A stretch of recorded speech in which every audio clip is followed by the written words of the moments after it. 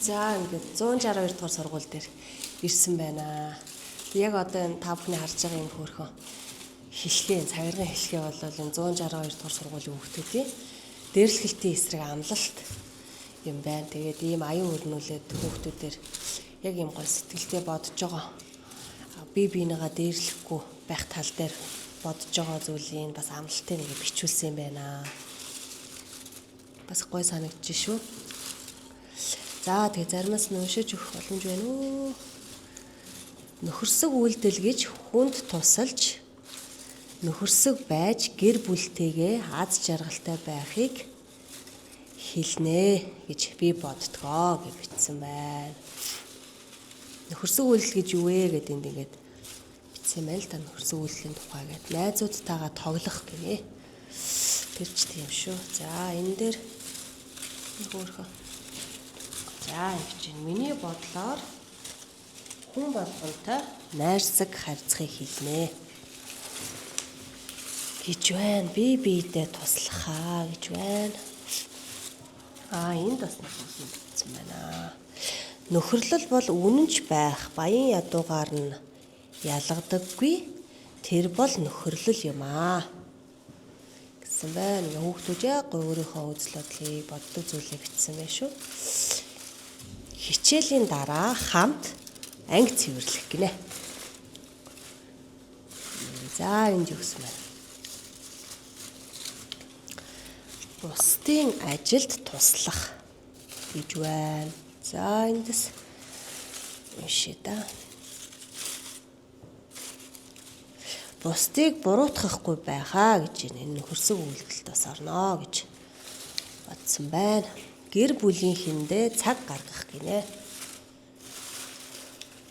За ингээ хүүхдүүд өөрсдийнхөө бодлыг бичсэн байна. Миний бодлоор нөхөрсөг үйлдэл гэж хүнд туслах, бусдыг халамжлах юм аа гэдэг ингээд бичсэн байна. Өстой гой харагддаг юм байна. За ингээд та бүхэндээ бас Монголын ирээдүй хүүхэд гээд Мандимын сайтын сэтгэл зүйн контент бас цувралаар бас хүрч байгаа. Сэтгэл зүйчдийн яриа, зохиомж, постэр гэдэг ингээд мэржлийн хүмүүстэй ажилдгаа. Тэгээд үргэлжлүүлээд бас 162 дугаар сургуулийнхаа сэтгэл зүйчтэй яриагаа өрнүүлье. Заашаа сонгоо. Зогсох уу? За тэгээ хоёлаа сайхан хүмүүстэй яриагаа сайхан өргөчээ та тий. За явах уу? Тэгээ. Тэний нүгүүл ярмаар. За бидэд сэтгэл зүйч цэцэг сайхантайгаа уулзж байна. Тэгээ 162 дугаар сургуулийн Орос Монголын хамтарсан тийм ээ. Тий хамтарсан 162 дугаар сургууль гэдгийг бас мэдж байгаа. Манай редакцид өмнө нь 2-3 удаа бас ярилцлага өгöd хүүхдүүддээ зориулж, цэцэгчүүдэд зориулж нилээн бас ярьсан шүү тийм ээ. Тэгээ нилээн ч бас хүмүүс хөрсөн шинжтэй байсан. Тэгээ үргэлжлүүлээд бас яг сургууль дээр нэрээд орчинтой танилцаад ажлын нөхцөл байдал ямар байдгийг өдөртөө ер нь хичнээн хүүхдтэй харилцаж гин. Хүүхдүүд яг өөрсдөө ирж гин үү тий сэтгэл зүйч маань багш маань бас хүүхдээ олж харж өөртөө ч уулзуулж гин үү гэдэг энэ асуудлыг бас хоёлаа ярилцъя гэж бодоод өнөөдөр бид бас зориод ирлээ. За энэ өдрийн минь. Өдрийн минь. Сайн байцгаана. Өнөөдрийн минь. За Монгол Улсын хамтарсан 160 дахь сургуулийн сэтгэл зүйч цэцэг сайхан байна. За ерөнхийдөө бол манай хүүхдүүд дийлэнх нь яг гинт орж ирдэг л дээ. Яг ингээд зориод орж ирэх нь ерөн цөөхөн. Гэхдээ гинт нөгөө өмнөх өдөр нь ямар нэгэн асуудал гараад ч юм уу тэгсэн үедээ бол маргааш нь уулзах шаардлагагүй тань зав байна уу гэдэг ингээд халдварш ороод ирдэг. Тэр үедээ бол сэтгэл зүйн зөвлөгөөний яг ганцаарсан зөвлөгөөний хөрөнд оруулж агаад ярилцдаг. Ер нь дийлэнх нь нэг удаагийн зөвлөгөө авдаг. Давтамжтай зөвлөгөө бол ер нь байдаг. Гэхдээ ихэнх нь нэг удаагийн зөвлөгөө хүүхдүүд ер нь хийхтэй авдаг. Дунд халахын хүүхдүүд. Багаангийн хүүхдүүд бол тэр болгон танаагаараа би зөвлөгөө авъя гэж орж ирэхгүй. Дийлэнх нь багш нарын дагуулж эсвэл эцэгийнх нь дагуулж орж ирдэг. Хүүхэд сэтгэлээ нээгээд өөрөө ирээд хандаад ярина гэдэг бол бас амаргүй шүү дээ. Тэ одоо жишээлбэл би хүүхэд байлаа гэхэд өөртөө чи ярих гад ирэхээр ингээ хоёулаа юм гуруулаа сууж яхад бол одоо сэтгэл зүйчээ би ярья гэд бас хэлэхэд бол хэцүү юм байна. Бараг хаалгаа ингээд хаагаад гарчмаар тийм бол мэдрэмжийг бол авж штэ. Тэгэхээр түрүүн бас хэлж ин хүүхдүүд нь өөрсдөө ирээд ингээд асуудал ярьж байна гэд. Гэр бүлийн асуудал бас хөндөгддөг болов. Эсвэл одоо үе тэнгийн дэрлэгэлт найз нөхдийн тий зөрчилж гэдэг юм уу? Хэвчлэн ямар байдлаар ярьж уулзж байна? Хэвчлэн гэр бүлийн асуудал. Ээж автайгаа таарамжгүй байх, тохирох чадахгүй байх одоо сүүлийн үед ээж авдаг их муудалцах тий хэмнэх асуудал их байдаг. Ер нь дийлэнх нь тэгдэг. Тэр тусмаа дунд ангийн хүүхдүүд илүү их яг өсвөр насны эхэлж байгаа хүүхдүүд илүү эцэг ихтэйгээ тааш тохирохгүй муудалцахсаа эсвэл эцэг их нь байхгүй тий эсвэл хагас өмч өмгтөн өмчөж байт юм уу ийм асуудалтай. За тэгээд нэг нагаа зах их гэртэй байдаг өөрийг нь хардаг одоо ах ихтэй муудалцах гэх юм уу тийм асуудалаар айгүй хэрдэг. Одоо гэлээ өөртөө ч юм уу ингээд өөрийнхөө үеийнхэнтэй л ингээл ямиг харьцуулдаг л да. Хүүхд байхдаа том хүний үүдээс ам зурж болохгүй гэл ингээл том хүний үгээр те ер нь хүүхдүүд байдаг шүү дээ. Одоо үед бол хүүхдүүдийн сэтгэхүй оюун бодлоос харьцангуйгээр болж болохгүй байгаа ямиг бас болохгүй шүү гэдгийг ойлгодог болсон юм байна. Ээж нь аав нь ч юм уу те болохгүй бол одоо гэр бүлийн орчин сургуулийн орчин гэдэг талаас илүү нээлттэй болсон юм болов уу гэж ойлгоод байгаа шүү дээ. Тэгэхээр одоо 162 дугаар сургуулийн онцлог бол яг нэг гэр хороолоос дундаа байрлсан байна. Тэгэхээр одоо энэ хүүхдүүдтэй харьцаж хат ер нь гэр бүлийн төлөвшөл, уур амьсгал гэдэг юм бас яг ямар байх шиг байна. Яагаад энэ хүүхдүүд ингэж ирээд байна гэдэг дээр сэтгэл зүйч хүний хувьас бас дүгнэлт гаргаж байгаа болоо гэж бодоод. Яг манайх одоо яг би хувьдаа бодохдоо ер нь яг захын хороолол яг гэр хороолол дундаа байгаа асуудал бол бас нэлээд байгаа. Энэ бол асуудал болж байгаа. Яагаад вэ гэхээр хүүхдүүд маань гэртээч яг үнэндээ яг нэг аяа хоол идэж чадахгүй хүүхдүүд зөндөө байгаа. Энд ирж үүдийн хоолоо иддэг. Энд ирж арай гайгүй тайвширдаг. Гэртээ эсвэл олон дүүнэрээ хардаг. Тэгээд сургууль дээр ирж ил арай гайгүй амардаг гэх юм чинь тийм хүүхдүүд зөндөө байдаг. Бидэд хүртэл хүүхдүүдийн хажууд усчууж чаддаггүй нэг тийм хүсэл байдал байдаг. Тэгэхгүй ягаад гэвэл хүүхдийнүүд хараад ингэ байж хахад бид тэзэж юм мэдээд усуугаад ингэ байх бас хэцүү хүн байдаг байхгүй юу? Ягаад гэвэл тэр хүүхд чинь гэртээ хоолтой олгүй байгаа тий. Энд ирээд бас хоолтой олгүй байгаа. Дунд ангийнхан бол хоол идэхгүй шүү дээ. Өөрөөсөө бишгийг аваад ингэ яадаг. Тэгэхээр бас энэ гэр хорооллын захын дүүрэг болооч тэр юм уу? Гэр бүлийн асуудал нэлээд хүнд хагас өмч хүүхдүүд зөндөө байгаа. Бүтэн өмч хүүхдүүд зөндөө байгаа. Одоо нэг 50 хүүхэд гэдэг шүү дээ. Тийм хүүхдүүд бас нэлээдгүй байгаа. Өвөө эмээ дээр ах ихч дээрээ байдаг. Аав ээж нь холж байд юм уу? Тийм хүүхдүүд бол нэлээдгүй байдаг.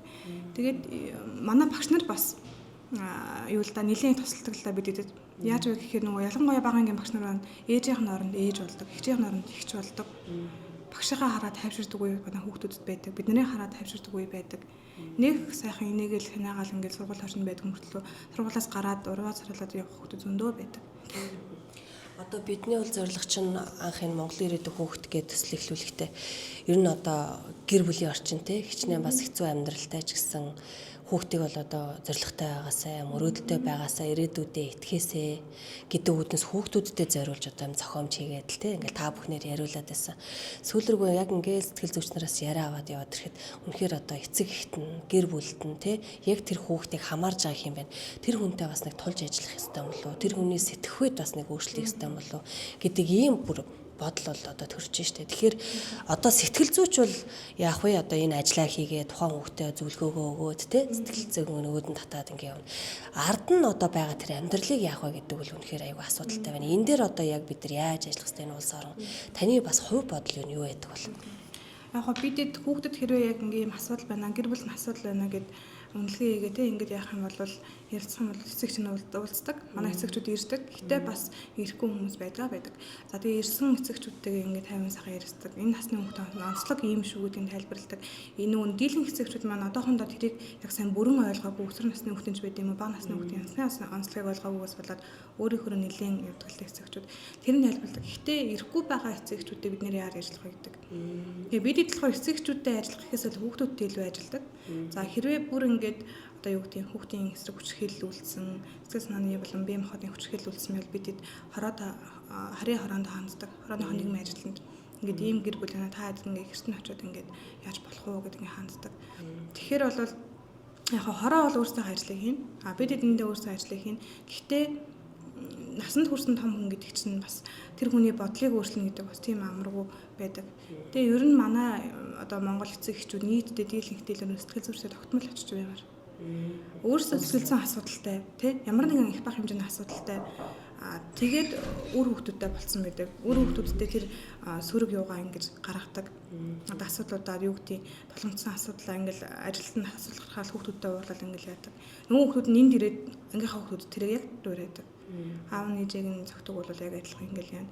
Ээж нь аавыг нь яадаг бол яг адилхан л тийм байдаг. Тэгэхээр ерөөсөө ганцхан хүүхдүүд гэлтгүй томчууд эцэг эхчүүд маань ч гэсэндээ бас энэ сэтгэл зүйн зөвлөгөө сэтгэл зүйн үйлчлэгийг бол заавал хамрагч байгаа л хэрэгтэй. Ууг нь бол тийм. Одоо нэг үеийнгийн дэрлэхэлт гээл дэрлэхэлт үлдэж байгаа хүүхдийг эцэгтэй ингээл уулзахаар тий хүүхдээ өмөрдөг юм асуудал байдгаа гэл одоо сүүлийн үед бол бас нэлээд л яг энэ сэдв хөндөгдөж байна л да. Тэгэхээр энэ тохиолдолд одоо яг яах хэвтэй юм бэ? Яаж ажиллах хэвтэй юм бэ? Тэг үнэхээр сэтгэл зүйч бас ажиллах гад байдаг тий эцэг их нь хүүхдээ өмөрөөд гэдэг юм хан үүсгэж ядах юм бол бас ажиллахад бол амаргүй шүү дээ тий. Яг миний зүгээс яг сэтгэл зүйч болохоор хүүхдтэй сэтгэл зүйн зөвлөгөө өгнө. Гэхдээ мэдээ сайн дурын үндсэн дээр заавалчгүй зөвшөөрөл гарах үсэг гэрээ хийдэг. За тэгээд эцэг ихтэй болохоор тайлбарч хэлэхээс л өөр арга байхгүй л дээ. Ингээд юм байна шүү. Энэ хүүхд маань яагаад өөр энэ дэрлэлт үлдэх одоо шалтгаан юу болсон бэ гэдгийг юу эцэг ихтэй маш сайн ярилцсан. Хүүхэд ер нь бол дэрлэлс өгч өмнө дэрлэл үлддэг байсан байгаа байхгүй юу? Цаад углуургатай бол өмнө нь өөрөө дэрлэл хүлжсэн хүүхэд байгаа байхгүй юу? Тэгэхээр энэ яг хаанаас үүдэлтэй юм бэ? Юунаас үүдэлтэй? Ямар шалтгаантай юм те? Шалтгааныг эхлээд хамт хайж болно, эцэгтэй хамт хайж болно. За зарим эцэгчүүд маань бол хүлэмжшүүргүй тохиол байдаг. Манай хүүхд өстой тийм биш те. Манай хүүхд өстой тэгдэггүй. Та нар буруу болж эсвэл танаа сургууль ороод тийм боллоо гэсэн юм дийлэнх ингэж эцэгчүүд ер нь сургуулиудаар ярьдаг. Тэгээд яг бодоод үзэхээр сургуульдаач биш, хүүхдтэйж биш, эцэг эхийн хүүхдтэй одоо тавих анхаарал байгаа байхгүй юу? Ерөөсөө л анхаарал ингээл жоохон хуваар л буурахад л хүүхэд сэтгэл зүйн хувьд аюулгүй байдал нь алдагдчихдаг. Суур сэтгэл зүйн хэрэгцээ, суур аюулгүй байдлын хэрэгцээ, суур хэрэгцээнд бүгдээрээ хангалттай болчихдог. Тэгээд ирэхээр хүүхдэд чинь төвшөр үүснэ. За эсвэл одоо юу гэдэг юм үнэхээр бүх зүйл нь хангалттай хүүхэд байгаа шүү дээ. Аав ээж нь одоо ажил хийдэг, хоолтой өмдтэй юм хүүхэд байгаа. Ийм хүүхдүүд маань болохоор яг ингээд дээрлэлт үйлдсэн одоо яг яагаад үлддэг вэ гэхээр бүх юм хангалттай. Гэхдээ нэг зүйл дутуу. Тэр нь мэдээж эцэг эхийн хариуцлага юм. Ерөөсөө эцэг эхийн хүүхдүүдтэйгээ ярилцдаггүй юм байлаас бид нар яг энийг эцэгчүүдтэй хэлдэгдэлтэй ийм одоо юунаас ингэж үүддэй шүү, болдгий шүү. Та хүүхдтэйгээ сайн ярилцаарай. Мэдрэмжийн сайн асуугаарай гэдэг ууг нь хэлдэг. Гэтэ манай эцэгчүүд зарим нь хүлээж авдаг, зарим нь болохоор заа гэж гарч яваад шал өөр юм ярьдаг. Одоо тэ чи дахиад нөгөө сэтгэл зүйчтэй очиж нөгөөдгөө хэлэх нөгөөд хүүхдээ бүр илүү яг тохиолдол байдаг. Энэ бол яг тэр хүний харах өнцөг өөрийнх нь тэр эцэг эхийн өөрийн одоо төлөвшөл байж байдаг ч юм уу. Тийм үзэл санаач юм уу? Тиймээс бас их болдог. Тэгэхээр ер нь л янз бүр. Ярих юм их вэ шүү те. Хоёлаа нөгөө хүүхдүүдийнхээ гоё сэтгэлийн үгийг ярилцсан. Энэ гоё аян өрнөжээ тийм ээ. Энэ болохоор бид нийгмийн ажлынхаа хамтраад нийгмийн ажил гадны шүүмтэй хамтраад дэрлэлтийн эсрэг бидний амлалт нэртэй ийм нөхөрлөлийн гинж нөхөрсөг үйлдлийн гинж ингээд манай дунд ангийн хүүхдүүд маань өөрсдөө хийсэн. За энэ дээр 6-аас 9 тийм 6-аас 9 дугаар ангийн хүүхдүүд маань ингээд өөрсдөө хийгээд гинжээ өөрсдөө өөрчлөлт наагаад ингээд хийсэн юм юу байгаа. Энэ маань бас нэг талаараа бид нар нөхөрсөг үйл буюу нөхөрсөг байдлыг дэмжинэ. Нөгөө талаараа дэрлэлтийг бид нар бууруулах зорилготой нийгмийн ажилтнаагаа хамтарч юм хийсэн гэдэг. За эндээс харах юм бол одоо бусдад үлгэр дуурайлал болох нөхөрсөг үйлдэл гэж байна. За энэ дээр ангийнхаа найзуудыг үдэхгүй байх гэж бичсэн байна. За энэ бас муу адил нөхөрсөг үйлдэл. За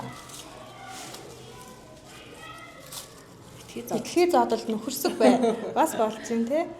За дээрлэхүйж байгаа хүүхдэд туслана гэдэг ингээд энэ мэдчлэл манай хүүхдүүд өөрсдөө ингээд санаанаасаа ингээд бодож байгаа зүйлээ яг дээрлэлтийн эсрэг ямар амлалт өгөх нь тэрийгэ бичдэг. Эсвэл нөхөрсөг ямар үйлдэл хийх нь тэрийгэ ингээд манай хүүхдүүд ингээд өөрсдөө бичсэн байгаа юм. Хоёлаа ингэсгээ зогсож хоёр тал тийм. Яг камер дээр ингээд оруулаас өөр. Бас ганц сөрөг яриаг эрэг болгож хувиргах. Сэтгэлийг засах үг хэлэх. Гэх мэтлээ. Бидэд ер нь хүүхдүүдтэй нэлээд сэтгэл зүйн сургалт болон бүлгийн зөвлөгөө их ордог л доо. Аль болох чадах тэнэгээрээ цаг олдвол ордог. Өөрсдөө гэсэн цаггүй болохоор бас. За энэ юу гэж вэ? Бусдын бодлыг хүндэтгэх. Ингээд ерөөсөө манайхан айгүй мундаг ингээд дунд ангийн хүүхдүүд маань 6-аас 9 дугаар ангийн хүүхдүүд маань ингээд бичсэн. Энээс ч илүү олдон байгаа. Яг ингээд ярилцаад явбал хүүхдийн ертөнц гэдэг бас их гоё байгаад байгаа шүү дээ. Их ойлгох хэрэгтэй юм шиг байгаа юм да тийм. Сайн хүн байхыг зорих. Ингээл манай хүүхдүүд ер нь бол янз бүрээр л ингээд бичсэн. Ихэнх нь мэдээж амлалтаа. За тэгээд ийм нөхөрсөг үйлдэл хий ингээд тэгээд хүүхдүүд маань найзаахан бишхийг одоо булаар авч идэхгүй байх юм чинь бас өөр юм бичнэ гэж чинь. Ялангуяа нөгөө дүнгэр 6 дугаар ангийн хүүхдүүд маань бол бүр илүү өөр яг санаанд орсон юмудаа бичдэг. За хоёул яг ингээд зогсож. Нэгэ оруулаад камер дээр өөдөөдөөс хараа зогсож. Тгийх үү. За тэгэхээр ч одоо цэцэг сайхан бол энэ сургууль дээр ирээд жил хагас болж байгаа тий. Анх иржээсээ одоо ажиллаж байгаа хоёр бол бас өөр шүү дээ тийм ээ. Жилийн дотор гэдэг чинь бас их цаг хугацаа. Одоо танаа сургууль дээр жишээлбэл ер нь дэрлэлтийн тоо мэдээлэл ер нь ямар хөө байна. Тэгээд нөхцөл шалтгаан мэдээж бас түрүүний ярьсан байгаа баах тий. Тэгээд буурж гин үү яаж гин гэд харуул. Аха. Бидэд ер нь тогтмол судалгаа хийдэг л дээ. За энэ оны судалгаа гэх юм бол яг 2025 оны 9 сард буюу хичээлийн жилийн яг эхэнд хийсэн судалгаагаар болохоор нийт хүүхдүүдийн 6.5% нь үеийн дэрлэлтэн тогтмол хүртдэг гэсэн судалгаа гарсан. Тийм 6.5% хүүхэд нь хувь нь гэсэн үг шүү дээ. За тэгээд саяхан бас нийгмийн ажил мэдхээр хамтарч энэ судалгааг саяхан судалгаа дахиж авахад энийг болохоор яг илүү юу ярьсан. Дээрлэгч хүүхэд нь хэд байгаа юм, дээрлэх нь хэд байгаа юм, биеэр хохирол хамсна хэд байгаа юм гэж судалгаа авсан. Тэгэхэд бол судалгааны үр дүн илт буурсан буюу 0.5%-тай дээрлэлийн судалгаа гарсан. Яг тогтмол өртөө 0.5% хүүхэд буюу 2-3 хүүхэд манай сургууль тогтмол өртөө хүүхэд байна гэсэн. Энэ маань болохоор яг олон төрлийн шалтгаантай л да. Намраас хойш ингээл бид зөндөө олон нөлөөллийн ажил хийлээ. Зөндөө олон уусаа сургалт хийлээ. За тэгээд дээрээс нь сэтгэл зүйн зөвлөгөө бас өгөгдлөө. За тэгээд бас гадны сургалтууд бид нар бас байнга авдаг. Гадаад өөр нэг байгууллагатай хамтарч ажилладаг. Энэ маань бас үр дүнгүй өгсөн байх гэж бодож байна. Гэхдээ мэддэхгүй бас байж магадгүй. Судалгаа гэдэг чинь 100% бас ингээд бүгдийг харуулж үзвэл яг үнэндээ биш. Яагаад гэх юм бол хүүхдүүд маань за энийг ингээд бүгэлчээ, тэрийг ингээд бүгэлчээ гэх хандлага бас байдаг. Гэхдээ дийлэн хэт нь биш, яг цөөн хэдэн хувьд нь л юм хандлага байдаг. Тэгэхээр бас энэ судалгаа нэг 100-аас байх юм бол нэг 90% үнэн байх магадaltaй. Тийм байна. Одоо энэ хаалгаар бол ингээд сэтгэл зүйн зөвлөгөө хэрэгтэй байна гэдэг тийм ингээд тусламж ирээд орж ирж байгаа шүү дээ. Дахиад нөгөө талаараа ингээд би дээрлэх үйлчлээ гэдэг юм уу тийм дээрлэлтэд өртлөө гэд ингээд ороод ирэх хүүхд юу байдаг болов? Байдаг. Нэлээд байдаг шүү. Ерөнхийдөө манай хүүхдүүд их нээлттэй. Манай нийгмийн ажил мэд 2 дээр бол их нээлттэй орж ирдэг. Ингээд намайг энэ хүүхэд сайн инглээ, коридор сайд ихлээ инглээ гэд хүүхдүүд их орж ирдэг. Ялангуяа бага тийм өөрөө бүр ихлээд орж ирдэг. Бага дунд ангийн хүүхдүүд инглээ, ангид иглээ гэдэг ч юм уу их орж ирдэг. Тэгээд ингээд бид хоёр уулзаад ингээд үзэхээр дийлэнх нь үеийн дэрлэл биш харилцааны асуудлууд байдаг. Хүүхдүүд хоорондын ингээд нэгэнтэйгээ нэг жоохон эвгүй гарсан асуудлууд.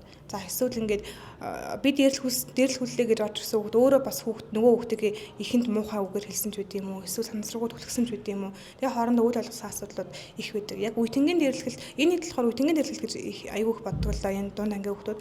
Тэгэхээр бид нөгөө нэг яг үеийн дэрлэл гэж юу юм бэ гэдэг талаар айгүй их сургалтыг их ордог л да. Яг чамаг удаа дараа санаатаагаар тий хорлох зорилгоор одоо үг хэлээр болно биеэр үлдэхийг бол одоо үеийн дэрлэл гэж хэлнэ гэдгийг бол бид талхан тутамдаа хэлдэг. Тэгээд ингээд ерөөхдөө бол 100%-аас бодоод үзэхээр ер нь бараг 70% нь харилцааны л асуудлууд ингээд явдаг. Тэгэхээр найзтайгаа алхах, эргээр харилцах, хүндэтгэлтэй харилцах тий хэдий чиний найз байсан эсвэл чамаас дүү байсан ч гэсэн дижээ заавал хүндэтгэж харьцах хэрэгтэй гэдэг тал дээр байнгын л зөвлөгөө өгдөг. Хүүхдүүд ч одоо хүүхдэл юмдаа гэж том хүмүүс л хүлээж авдаг штэ. Нэг харагдах байдлаар нь тий одоо бүгдүүнд харган турхай одоо ямар байдгийг ингээд харагдах байдлаар нь хэлээд байна л да. Тэгэхээр энэ тал дээр хүүхдүүдийн хэр ойлгуулж чаддаг бол одоо насны бас нэг онцлог байгаа даа штэ тий. Тий. Яг энэ нөгөө хүүхдүүдийг нэгнийхээ гадаад өнгө үзмжээр нь баг саг ингээ хэл амаар явах асуудал бол бага анги дээр илүү төлөв байдаг. Бага анги бол 6 дугаар ангиуд дээр. За яагаад гэвэл бага ангийн хүүхдүүд маань болохоор нөгөө ангийнхаа хүүхдийн онцлог ямар нэгэн биеийн онцлогоор нь одоо тий үг хэлэх тохиол байдаг. Энэ болохоор ерөөсөө хүүхд буруутгах арга байхгүй бид нарт. Тухайн хүүхд тэрийг ингээ буруу гэдгийг мэдэхгүй байна, болохгүй гэдгийг мэдэхгүй байна. Нөгөө хүүхд маань одоо эмзэглэн шархлан тий омд нь уурлан гэдгийг бас хүүхдүүд л мэдэхгүй байгаагаас үүдэлтэй. Тэгэхээр тэрийг болохоор бид нар аль болох хоглоомын аргаар аль болох эсвэл үлгэрийн аргаар ч гэдэм үү эсвэл ингээд яалтчгүй нэг хүүхэд олон хүүхдэд тэгээд ах юм бол ганцаарч уулзаад ингээд хэлэх ойлгуулах манай бид нар бас сэтгэл зүйн зөвлөгөөний карт төлхөө ашигладаг. Тэр картуудаа бас ашиглаж ингэж яадаг хамтдаа үлгэр зохиож ярьдаг. За эсвэл хамт тоглолтогч байт юм уу? Багийнхаа төлхөө тэр ажилладаг. Дунд ангийн болохоор яг шижилтийн нас эхлээд эхлэхээр одоо юу гэдэг юм? Охтууд маань ихт одоо хүүхдээс өндөр байх. За эсвэл нөгөө жин нэмэгчин хасах асуудлууд айгүй их байдаг. Тэрүүгээр нь одоо хоорондоо нэгнийг ингэж үдэж юу яадаг тийм асуудлууд байдаг л та. Тэрэн дээр бол одоо яалтчгүй хүүхэн болгон өөр юм ялгаатай юм онцлог юм гэдгийг л бид нар хүүхдүүдтэй сургалтаар болон бүлгийн зөвлөгөө нөлөөллийн ажилдаа төлхөө тайлбарладаг. Ганцаарч бол салбарлаа тохиолдож байдаг. Сургуулийн орчинд бол ямар ч хэсэг ингэ ажил өрнөд байгаа юм. Миний бас зүгээс яг энэ ингээл хүүхдийн сэтгэл зүйн асуудлыг хөндөөл явахаар манай улсын бас нэг юм зөөлөн хүчний бодлого тий соёлын бодлого бас энэ тал дээр илүү бас анхаармаар юм уу гэж боддог.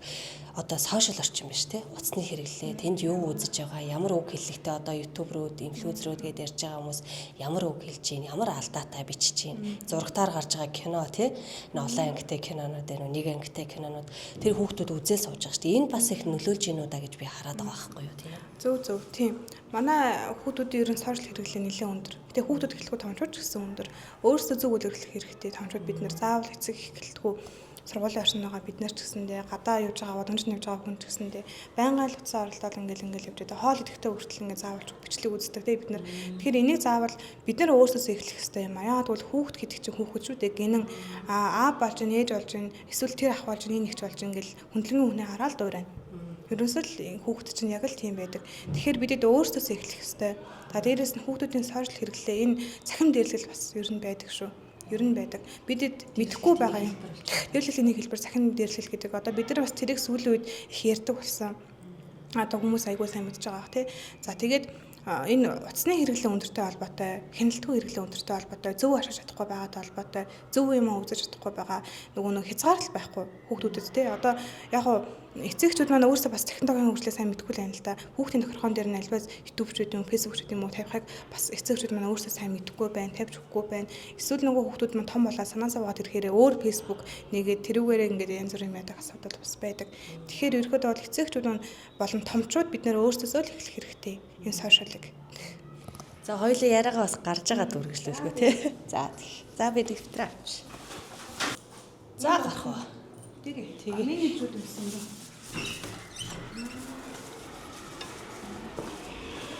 За ингээд ийш.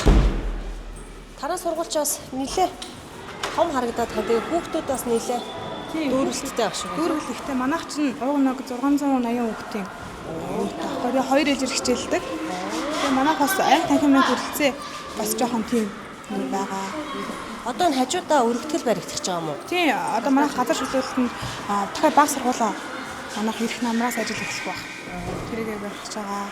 За тэгээ усын спортын байр бас баригдах хэрэгтэй байгаа. Тэгэхээр манай хүүхдүүд нөгөө усын спортоор хичээлнэ гэдэг чинь бас хүүхдийн дархлаа байна. Тэгээ спортоор хичээлдэг хүүхд чинь илүү төвчээр хатуужлалтай болно. Ийм юмнууд ер нь. Тэгээд усан спорт гэдэг юм чинь нөгөө хүүхдүүдийн хувьд баргийн нэг тийм хол тий. Заавал нэг зорж очивол хотын төвийн спортын төв ордон гэдэг юм уу. Энэ ангиар хоёулаа нэг шогоочвол яадаг юм бэ? Энэ хэдгээр юм? 10 дугаар анги. 10 дугаар анги татлага. Анги танхим нэм байдаг юм уу? Химийн кабинет. Яг зориулсан химийн кабинет. Юм байдаг.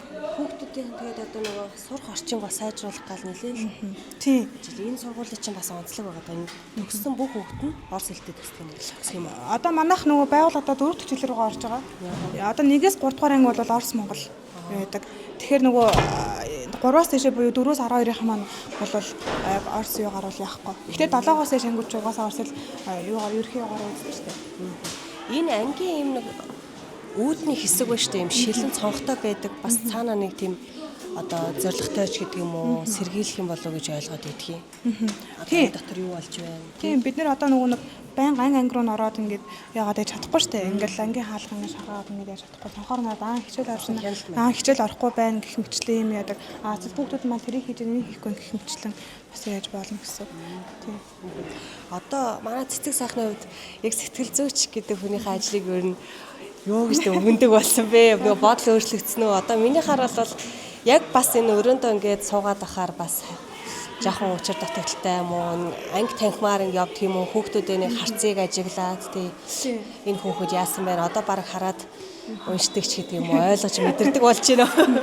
Бидэд юу яадэ? 7 хоногийн нэг өдөр хариуцлага жижүүр хийдэг. Тэр өдрөө өглөө 7:30-аас орой 7:30 хийдэг байхгүй? Тэгээд 12 цаг жижүүр хийдэг. ажлыг хажуугаар тэгэхээр энэ бас их юутай эхлээд би их жоохон эвгүй одоо яагаад ингэ юм бол гэж боддог байсан. Тэгээ сүүлдээ болохоор өглөө хүүхдүүд ингээд хаалгаар орж иж байгаа бид нар хардаг. Ямар хөө байна те нойртой онсон нойргоо онсон байна уу те ядарсан байна уу ядраагүй байна уу хоолтой онсон байна уу яаж нээж нөгөөнөө дасаад байгаа хүүхд маань төвлөгөнд ирэх байгаа хүүхд маань ирж үгүй юу гэх хэмчлэн ингээд хүүхдүүдэд харахад бол их зүгээр байдаг. Тэгээд яг өөрөө үед бас яг өдрөгдөө хүүхдээ олж харж чаддаг. Уулздаг. За ингээд анги руу орсныхаа их сурлагаанаар ч юм уу эсвэл харсныхаа дараа ингээд надтай уулзах яг хөө чи яасан бэ өчтөг гэртээ ирсэн үү яасаас хэмчлэг. Манай нонцтой хүүхдүүд байдаг шүү дээ. Тийм хүүхдүүдэд бол яг олж харж чаддаг. Заримдаа тэр хүүхдүүд маань айгүй хөөрхөн ороод ирэх цаа ашгуудаа бас гайгүй яасан биш үү гэх хэмчлэг ер нь бол яадаг. Тэгээд тэр бас юмны эерэг тарыг одоо харна гэдэг чинь бас яг тийм л өчтэй ахлаа. Ийм тийм сайн тал байгаа. За тэгээд дээрэс нь бидэд яг жижүүртэй өдрөөч биш ер нь бусад өвчсөндөө анги танхимаараа ингэж орж ингэж хүүхдүүдэд ер нь сургууль зөвлөгөөж ордог. Зарим үед нь ингээд урлаг заландаа ингээд бөөндөн сургууль хийх үе байна. Заримдаа анги орох үе байна. Гэтэ бид нар чинь сэтгэл зүйч нар өөр хоорондоо яг юу яадаг л та. Илүү их туршлага солилцдог. За ингээд ийм нэг сургалт юу одоо ийм сургалтын санаа байна. Та хэд ийм юу байна уу? Энд дээр юуг зөвлөхөө гэх мэтчлэн ингээд өөр сургуулийн сэтгэл зүйчнээс айгүй асуудаг. Тэрнээс их зөвлөм тусламж ирдэг. За тэгээд өөрсдийн гэсэн цаг байхгүй бид нарт сургуулийн цаг байхгүй багш нараасаа гуйж байгаа л сургуулийн цаг байхгүй. Тэрийг одоо хөтөлбөр тийм үү ингээд нэг журам гаргаад 7 хоногийн нэг анги дээр 20 минут ч юм уу ингээд гаргаж болохгүй юу ер нь? Тэр одоо өстө жинхэнэд одоо удирдлагууд тийм бацралын яам л одоо мэдлэл авах та. Сургуулийн цаг бол хэрэгтэй юм биш үү? Хэрэгтэй. Бидэнд хэрэгтэй. Бид нар ингээд багш нарын цагаас гуйж ингээд 40 минутын авдаг байхгүй. Тэгээд 40 минут хангалттай биш. Ягаад хангалттай биш. Тэгээд ингээд нэг ангид яг үнэндээ ингээд энэ олон хүүхдүүдтэй ингээд чинь жилдээ нэгээс 2 оруулах их юм байдаг. Тэгэхээр тийм ингээд гуйж байгаа л яаж байгаа заримдаа ч 3 4 орох тохиол байдаг. Яаж иж байгаа л гуйж байгаа л орж байгаа юм чинь. Тэгэхээр тэр чинь нэгдүгээр тэр багшийн хичээлийн цаг тэ байна. Тэгээ хоёрдугаар тэр чинь бас хүүхдүүд бас ингээд хичээлийнхэн цагаар ингээд сэтгэл зүйч нийгмийн ажил орж ирэхэд бас тийм тохиолдол бас байдаг баг. Тэгэхээр бидэд өөрсдөө гэсэн нэг цагтаа болчих юм бол бас айгүй зүгээр ингээд байх гад. Зүйчийн цаг гэдэг. Энэ дээр гоё нэр өгөөд тэ бүр ингээд урайлаа. Яг 20 минут байсан ч 7 хоног нэг бол биднээс яг болдог байхгүй юу. Тэгэхээр бас одоо танаа сургууль чи 1400 гаруй хүүхдээ ихээр нэг нийгмийн ажилд нэг сэтгэл зүйч гэдэг бол яг одоо энэ хүмүүсээ сонсноор бол багтахаар л санагдчих байгаа байхгүй тий яалч юм бол ер нь бол 1501 гэсэн тийм юу нийгмийн ажил мөлийн байд юм билээ. Тэр чинь бүр айгүй бага. Миний бодохоор бол 500-д нэг байвал илүү зүгээр санагддаг. 500 хүүхдэд нэг сэтгэл зүйч нэг нийгмийн ажилтан байх юм бол илүү хүртээмжтэй. Одоо жишээлбэл манайх 1500 хүүхдэд байлаа гэж бодоход 3 сэтгэл зүйч 3 нийгмийн ажилтан гэдэг чинь бас болж байгаа байхгүй юу. Тэгээд уул нь бол тийм тэр чинь бас давхар ажлын ачаал багасна. Бид хэдийн тий ажлын ачаал багасна. Нэг хүүхдэд хурц ажиллах боломж маань илүү ихсэн. Сайн хэлж штэ нөгөө үеийнгийн дээрлэл бага ангийн хүүхдүүдэд бас нэлээд гарч ийн хөөрхөн жоохон юмнууд тэгээд одоо нэгээ дээрлэх чинь нэгдүгээр хэлж ийн гэхээр бас санаад багтахгүй болчиход байгаа байхгүй. Тэгэхээр хүүхдүүд маань одоо ёстой л нөгөө юу үзэж харж ийн гэр бүлийн хүмүүжил гээд энэ олон талын юм байна да тий. Яг одоо бол энэ хөөрхийн баг энийг ингэж хэлмээргүй дээ гэж бодмоо тий. Яг бага ангийнх маань одоо яг ийм юу гарчиж саяхан нэг юм кейс манай байгаа болоо. Нэгнээсээ хичээлийг нь хийж өгөөд даалгавар нь хийж өгөөд 500 төгрөг 1000 төгрөг авах тийм тэрийг нэхэж сүрдүүлж авах одоо тэрүүг нэндээ бас тийм бас гарч ийн. Тэгэхээр эн чинь бас хүүхдийн бас хүмүүжил юу байна. Ууч бол нэгнийхээ даалгавар өнгөөл хийж өгдөг гэсэн. Одоо өнгөөр ингээ одоо та чи нөгөө 500 төгрөг өгөөч 1000 өгөөч гэх юмшиндээ хүү бодож ийн тэрэндээ. Тэгэхээр бас наавтай. За гарах уу та. За тэгэж. Энэ хитвэр ангийн хүүхдүүд вэ? Дөрөв. Оо за. Химбэ хий яриа өгөх вэ? Юу ярьсан? Юу ярмаар байгаа? Яас сагшлахгүй хөлтөд дөө.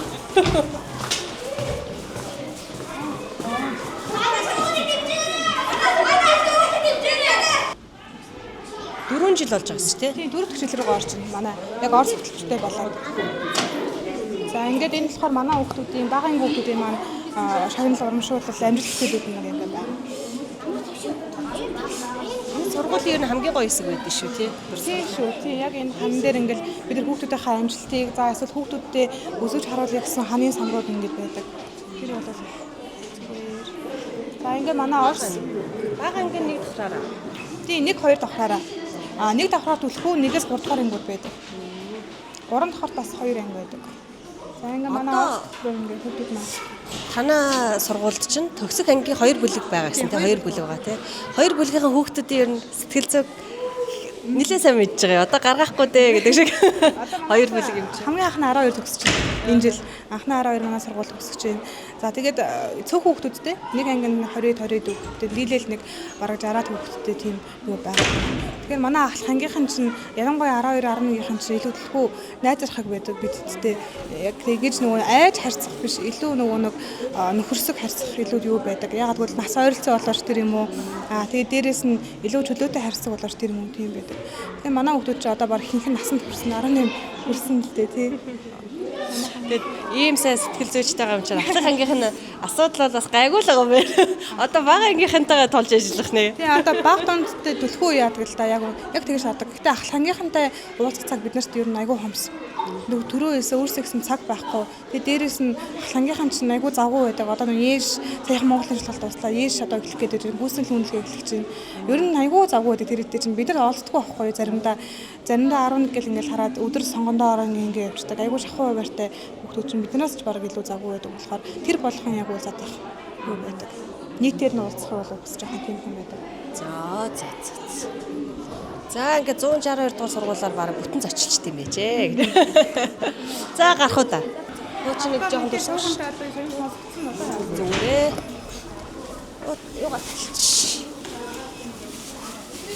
Хүүхдээ одоо сэтгэл зүйн асуудал хүндрээд гэр орноосоо зүхтах тий алга болох найз нөхдөөхөөр явах гээл ингээл өсвөр үеийн янз янзын юм байна л да. Тэгэхээр танаа дээр гарч байгаа кейсээс бас яриад тий анхааруул зөвлөмөр эцэг ихтэн холбогдох байгууллагуудад ингээл одоо уг нэг хамтарсан баг гэдээ бас ажилдаг штэ тий. Тэгэхээр яг хэр хүрдгийн хэр хүрсэн дээрээ хүүхдүүдтэйгээ тулж ажиллах нөхцөл бололцоо байдгийн гэдэг талаар яриул. Яг хоо манай сургуулийн хувьд болохоор энэ хорооны хамтарсан багтаа бол сайн хамтарч ажилладаг. Гэхдээ бас бидний хорооны хамтарсан багаас давсан асуудал бас байна. Яг хоо нэг кейс ярихад бол нэг өсвөр насны охин бас ингээд одоо аав ээжтэйгээ муудалцаад гэрээс авсан тохиолдол гарсан. За тэгээд бид 108-д мэдгдсэн. Ханаагаа мэдэхгүй. Тэгтэл охин найзандаа байж таарсан. Тэгээд найзандаа байна гэж цагдаад мэдээж хэлсэн байгаа ш. Цагдаад хэлсэн байгаа 108-д хэлсэн байгаа. Хэн очиж авах тодорхойг нь хүсэл байдал үүссэн. Энэ бол тухайн үед бас нэлээд бухимдуулсаа хүүхдүүдийн тохироод ингээ байгаад байна тий. Шууд очиод авч болохгүй. Та бид нар очиж авах гэхээр үгүй та нар болохгүй гэд. Тэгвэл 108 очиж авах юм бодох гэхээр үгүй бид нар очиж авахгүй. Цагдаа нь очиж авах. Цагдаа дээр нь ингээ яхаар би очихгүй 108 очиж авах гэсэн юм асуудал ингээ гарсан. Тэгэхээр манайхны уялдаа холбоо бас айгүй муу. Ер нь шуудхан хэлэхэд тийм. Авахд бол цаг алдахаар л юм. Яг ингээд сургуулиас гараад ингээ явчихаар нийгмийн ажил мэд хоёроос ингээл мэдлээс гараа явчихаар бол айгүй хэцүү нөхцөл байдал үүсдэг. Одоо тэгээд тэр охиныг бол эцэг их нь очихсан байхгүй. Тэгээд дараа нь тэр оройн очихсан. Ийм кейсүүд ер нь манай зөндөө байгаа. Хүүхд ингээ хичээлдээ явахгүй байна. Хорооноос ингээд ажиллаад өгөөч те. Өөр хороон дээр ингээ ажиллаад өгөөч тэгээд өгөөч гэхээр ингээд хөдөлчихгүй тохиолдол байдаг. За эсвэл ингээд дүүрэг нийслэл рүү ингээд яриад ингээд яхаар ингээд тодорхойгүй хариу өгдөг. За ингээд хамгаалах байр нь манай хүүхд ингээд байгаад байна. Бараг ингээд 4-5 сар болчихлоо. Одоо энэ хүүхдийг яхаа хүчтэй сургууль насарлаа гэхээр ингээд бас ингээд тодорхойгүй нөхцөл байдал үүсдэг. Тэгэхээр манай нэг зөвхөн хороо сургууль ингээд дүүрэг нийслэлгүй ер нь бүхэл ингээд байгууллагад уялдаа холбоо жоохон тиймхэн байгаа. Тэрийг яг ингээд яг ажлын байран дээр гараад ирэх хэрэглээг мэдэрч байна л да.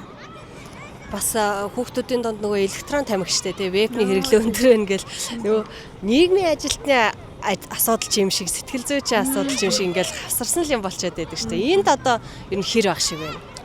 Ер нь байгаа одоо ер нь хаасаагүй байгаа тийм байгаа шүү. Яг одоо байхгүй гэж худлаа яриач яах вэ тийм ер нь байгаа. Гэтэ бид өнгөрсөн одоо жил намайг анх ажил ороход бол нэлээд байсан. Бүр анги дээрээ татдаг. Анги дээрээ ингээд олноороо бүр ингээд татдаг. За эсвэл мөнгөө нийлж хувааж агаад энэ захаас авдаг, ойролцоох жижиг дэлгүүрүүдээс авдаг тохиолдол гарсан. Тэгэхээр энэ жил ихтэй ингээд судалгаа харьцуулгаар мөн адил буурсан. Өнөө утаа тамхи болон электрон тамхины хэрэглээ бол буурсан. Гэхдээ бид нэг талаараа бас л нөгөө нэг олон талаас нь харж байгаа л да муус нууж бас үзэж байгаа нуугаад энэ хаана нууж гин те яаж гин эсвэл ингээд татдаг газар нь өөрчлөгдсөн үү яасан гэх мэтлэн бас ингээд тал талын судалгаа ингээд хийгээл ингээд байгаа. Дээрээс нь сургалтуудаа шинжиж орж гин. За энэ утаа тамхи бол электрон тамхины хор нөлөө ийм шүү, ийм үр дүн хүргэдэг шүү гэсэн бодит ийм кейсүүдийг зураг бичлэгүүдийг бидний хүүхдүүдтэй үзүүлж байна, харуулж байна. За бид нар одоо бүр бага ангиас нь хэл сургалтуудаа орж байна. Одоо нас хэл орж байгаа. Тэгэхээр дан ганц сургалтаар бол 100% алга болно гэж бол байхгүй. Тэгэхээр одоо энэ явуулахад хөрлөгцсөн болсон шин. Нөгөөдөл чинь нийлж байгаа сайхан электрон тавиг аваад яста болохгүй шүү хүүхдүүд. За өөрөө ч одоо нийлээ салхитай өтер өөрөө дааруулч юу яа чи. Ерөнхийдөө яриад байвал ингээд дуусахгүй нэ. Энэ сэдв маш өргөн байна. Хоёулаа дараа бас дахиад үргэлжлүүлвэл болох уу? Нэгдүгээр саналаа тавь. Тэгээд хоёрдугаар эцэг эхчүүддээ, хүүхдүүддээ гэд хоёулаа дахиад бас нэг сайхан зөвлөгөө өгөөд яриагаа дуусгах бол тийм ээ. Миний одоо ерөөсөө яг хамгийн түрүүнд хэлдэг зүйл бол эцэгчүүд хэлдэг зүйл хүүхдээ сонс. Тийм. Хүүхдээ сайн сонсох хэрэгтэй. Хүүхд ч ууралж исэн ч гомдож исэн ч магадгүй одоо юу дэ ойрлж харж исэн ч хүүхдээ сонсох хэрэгтэй. Айжуу тайван сонсоо тий. Яг юу нь болохгүй байгааг сайн сонсч ижил бид нар учирчлага нь болно шүү дээ. Тэгэхгүй бол чи юу гэдэг байгаа ингээл өмнөөс нь дайрал хэрлээд байгаа юм бол хүүхд маань ярих гаж болно. Нөгөө ойрлооч хамаагүй ярих гаж болдог байхгүй. Тэгэхээр юун түрүүнд хүүхдээ сайн сонсох хэрэгтэй. Мэдрэмжийг нь сайн хэлүүлж явах, яриулж явах хэрэгтэй. Чи яг ууралж байгаа юм уу, гомдож байгаа юм уу, эсвэл хичээд байгаа юм уу гэх мэтлээ мэдрэмжийг нь сайн хэлүүлж явах хэрэгтэй. Тэгэхээр нийт эцэгчүүдтэй ингээ хандарч хэлэхэд хүүхдээ нэгдүгээр сайн сонсох хэрэгтэй. За тэгээд дээрэс нь өөртөө бас сайн ярилцдаг байх хэрэгтэй. Сайн ярилцаж сурах хэрэгтэй. Манай эцэгчүүд нэг үе бодвол бас сүүлийн үед арай гайгүй болсон. Өнгөрсөн хаврыг бодох юм бол энэ хавар арай илүү хүүхдийн асуудлаар хандаж ирэх нь ихссэн. Хүүхдтэйгээ ярилцах нь ихэлсэн. За өнгөрсөн хавар асуудалтай байсан нөгөө 3 одоо гэр бүл маань энэ хавар одоо байхгүй байх чинь их мэтлээ ер нь багаар л дээрдэж байгаа.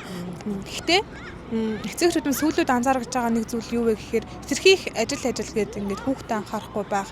Хүүхд нь веб татдгийг бүр энэжүү тамхитын хүртэл мэдэхгүй байх. За арихуур өсөж мэдэхгүй байх тохиолдол байна.